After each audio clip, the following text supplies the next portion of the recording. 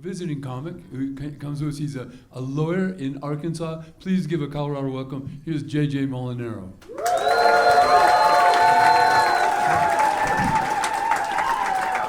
What's up, Denver?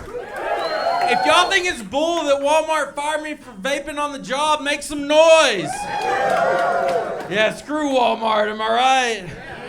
Yeah, I lost my job for vaping on the job. And I hate being jobless, but my friend's a manager at Applebee's, and she recently interviewed me for a job there. And in the interview, she asked me if I had any experience as a host. So I told her, I've had a tapeworm for the last 6 years. I'm actually an attorney, a criminal defense attorney. I work in Little Rock, and I post videos online of my stand-up, and my boss came into my office one day, and he's like, JJ, we watch your stand-up videos, and we think they're funny. We do. We just don't necessarily want your stand-up associated with our firm, so either delete the videos or come up with a stage name. I'm like, I don't want to do that. It took me forever to develop the little following I have now, so I did the opposite. I came up with some court names. For a while, I was Richard Pryor's. Then I was Stephen Rights and Privileges. Lately, I've been Rodney Dangerfield Sobriety Test. I dated a cheating skank in law school in 2020. Let's call her Arkansas personal injury lawyer Megan Lowell.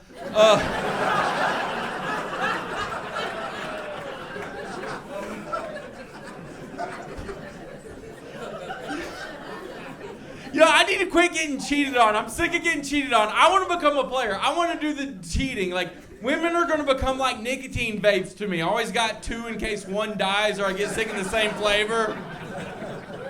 I know vaping's hard on my lungs. I know it is. But my lungs get plenty of time to recuperate every night when I'm sleeping. Sometimes when I'm sleeping, I don't use my lungs at all for 30 to 45 seconds at a time. Like he said, my name is J.J. Molinaro. I like to describe myself as the Jim Morrison of my generation. Minus the hair, minus the cool, minus the good looks, minus the band, minus the talent, minus the singing, minus the girls, minus the charisma. I guess what I'm trying to say is I have a drinking problem. A few days ago, I took an online quiz that's supposed to tell me if I'm into BDSM or not. But it didn't work because I just kept clicking the submit button over and over again. Thank you.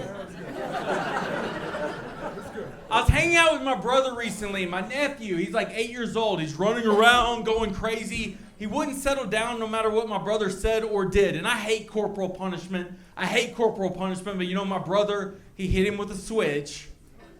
But growing up, our dad used to hit us with the Nintendo 64. That's so stupid. Thank you for laughing. Who had the DARE program in middle school? The cop would come talk to you about not doing drugs. I got to tell you, it didn't work. My friends self-report abusing drugs about the same rate cops self-report abusing their spouse. It's about 40% if you look it up. Anyway, I was thinking about the DARE mascot being a lion. His name was Darren the Lion. And I think a lion's a pretty good mascot for a cop organization because lions live in prides and there's nothing gayer than a man reaching in your pocket asking if there's anything in there that'll poke him, referring to his friend in a matching outfit as his partner. Anyway, he filled our heads with a bunch of lies about not doing drugs. He told us doing drugs isn't cool. Have you ever snorted some coke off some titties? People are like, hell yeah, and high-five you after. Now that there's no coke there, people would be like, that weird boob-sniffing guy's not cool at all. He lied to my class while pretending to be our friend, which makes sense because he's a class traitor. Sure, drugs might kill you, but you know what else might kill you? A racist cop, especially if you're a black person living in America. You know what else might kill you? A lion? Especially if you're a black person living in sub-Saharan Africa. I knew this guy in high school who had a Hitler stash, and I never understood why a guy would have a Hitler stash. Because it's almost impossible to get laid if you have one, right? So it's pretty good birth control when you think about it really. Condoms are 99% effective. The pill is 99.9% effective. But Hitler stashes are 99.99999% effective. For the Trump supporters in the room. You know, when you're covered in freckles like me, you start to notice patterns amongst the freckles, and some of them start to look like constellations of the stars even. Like even my dermatologist has noticed this. Once he pointed at a group of my freckles and was like, JJ, that looks like cancer. I was like, no, that looks like Taurus. I tried flirting with my anesthesiologist because I heard she's easy to sleep with.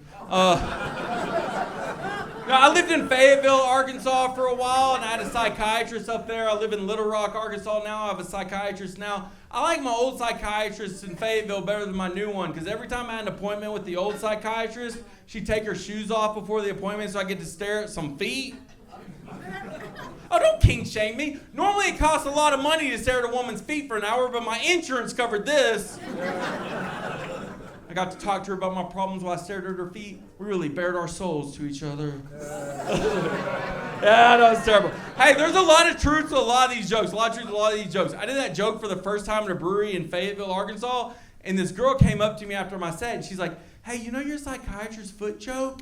I think we had the same psychiatrist. And we did. And I was like, don't tell the psychiatrist about the psychiatrist's foot joke. I don't want her to know I'm joking about her feet on stage. Then every time I had an appointment, she'd keep her shoes on during the appointment. I couldn't say anything because it was awkward. I think she told her. Anyway. No, I haven't always been a stand-up. I used to work 2 jobs and go to clown college, but I had to drop out because I couldn't juggle everything. Then I went to real college. For my first semester of real college, I went to North Arkansas College in Harrison, Arkansas, the headquarters of the Klan. I transferred after 1 semester because it was horrible and extremely racist. I did well while I was there, though. Got all K's. I was even voted most likely to secede. Then I transferred to the beautiful University of Arkansas, where I got a degree in psychology and a couple minors in possession.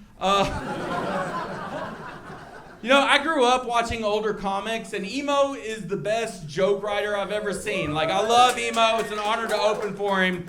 And but I saw a lot of other comedians from that era that had a similar style with each other. This isn't my impression of one of those comedians trying to navigate the times in which we live. So I was on the Facebook recently. Have you heard about this? You seen this?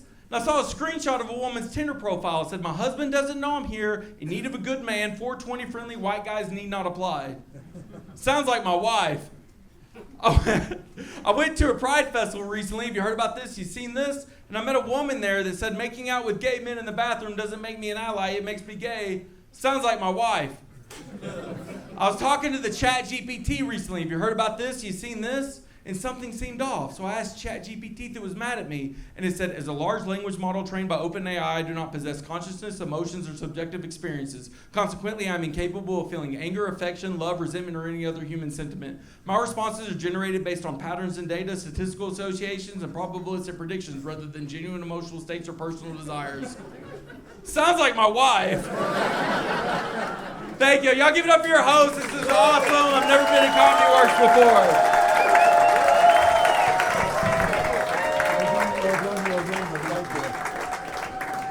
Keep it going for JJ Molinaro right there. JJ Molinaro.